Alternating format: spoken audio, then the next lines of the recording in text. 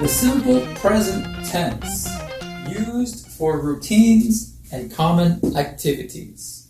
That is today's topic that we're going to look at.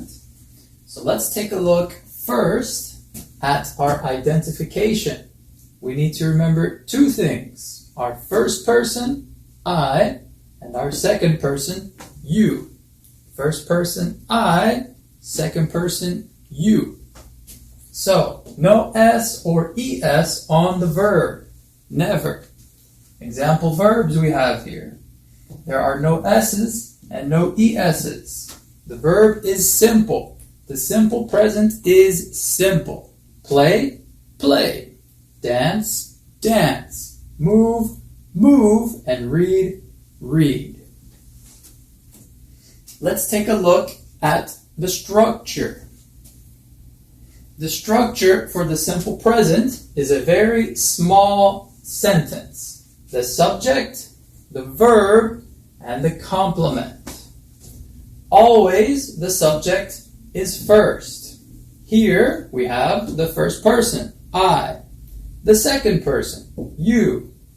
Next we have the verb, eat, work, and then the complement. Something to complete the sentence. Breakfast in Miami. So together, the first sentence, I eat breakfast. The second sentence, you work in Miami. Think of actions you complete multiple times or frequently. Every day, every week, every weekend, every month, and etc. And always remember, every sentence needs a subject. No subject, no sentence. For example, eat breakfast is incorrect. Who eat breakfast? No subject, no sentence. Now, let's look at some examples. It's your turn.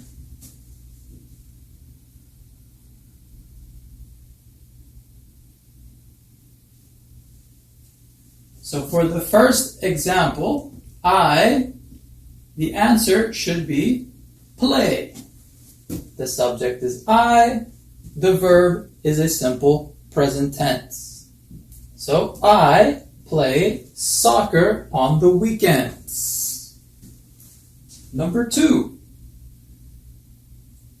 go. The answer is go. You go to the gym after work. Simple present, second person. Number 3, I study English in my free time. The subject is I, the verb study.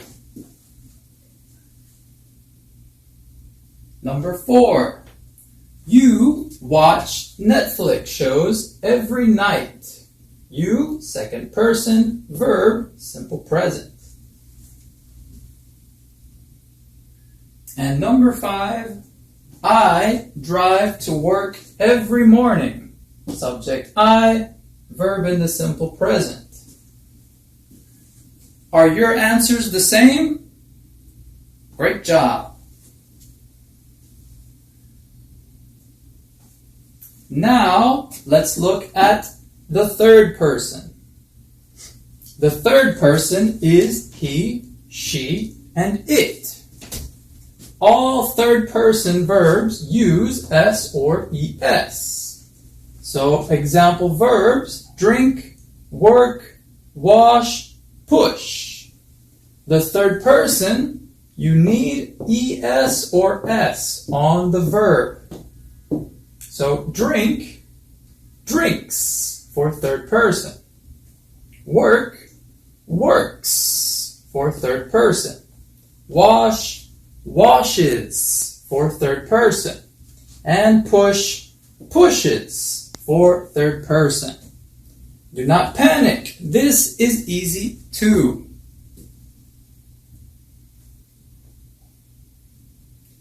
Now, let's look at examples. Your turn to try again.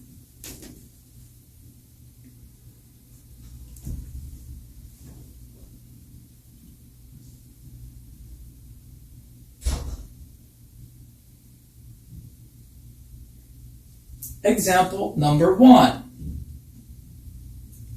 He lives in the center of town. He, the subject, is third person. Lives, the verb, is with third person s. Example number 2. Knows. The subject is third person. She knows 3 different languages. Example number 3. Writes. Subject, third person. Verb, third person. She writes notes in every class. Example number 4. He teaches. Subject, third person. Verb, third person. He teaches private classes at the English school. And example number 5. It sleeps. It is third person for objects and animals. The subject here is an animal. It sleeps on the couch all day. Are your answers the same? Great job.